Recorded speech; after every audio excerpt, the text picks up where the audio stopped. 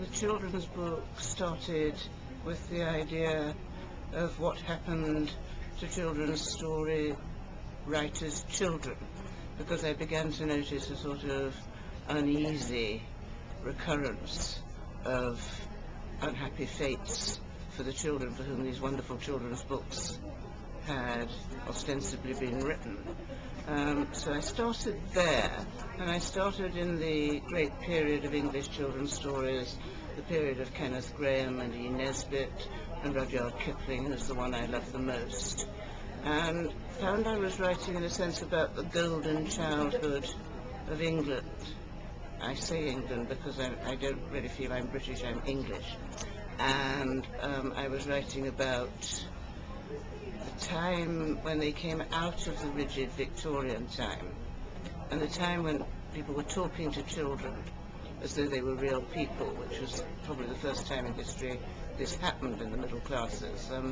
Parents were going out of their way to talk to children as though they might have opinions and interests and things.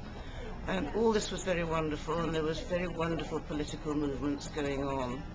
And the old Queen died, and the playboy, rather elderly playboy, King Edward VII, came to the throne, and the golden children began to grow up.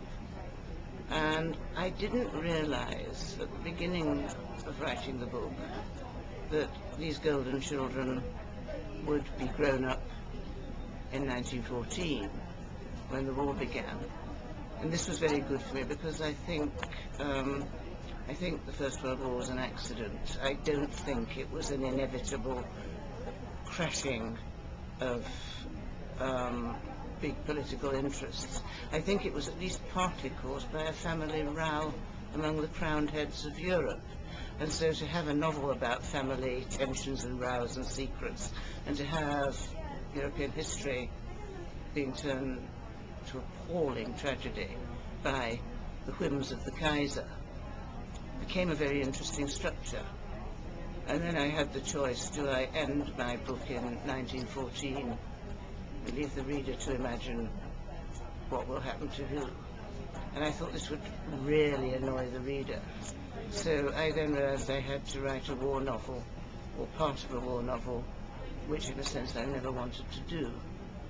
Fortunately, I have a husband who knows all there is to know about the First World War, and so for the first time I went into his library and read his books and was appalled.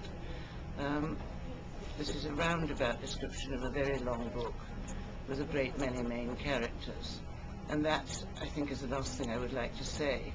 I don't want the readers of this book to look for a main character with whom to identify themselves.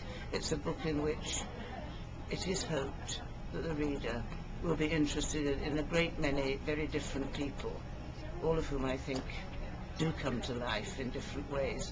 But I've noticed that people who are desperately searching for a centre of interest, a person, are not finding that person, and they're getting annoyed.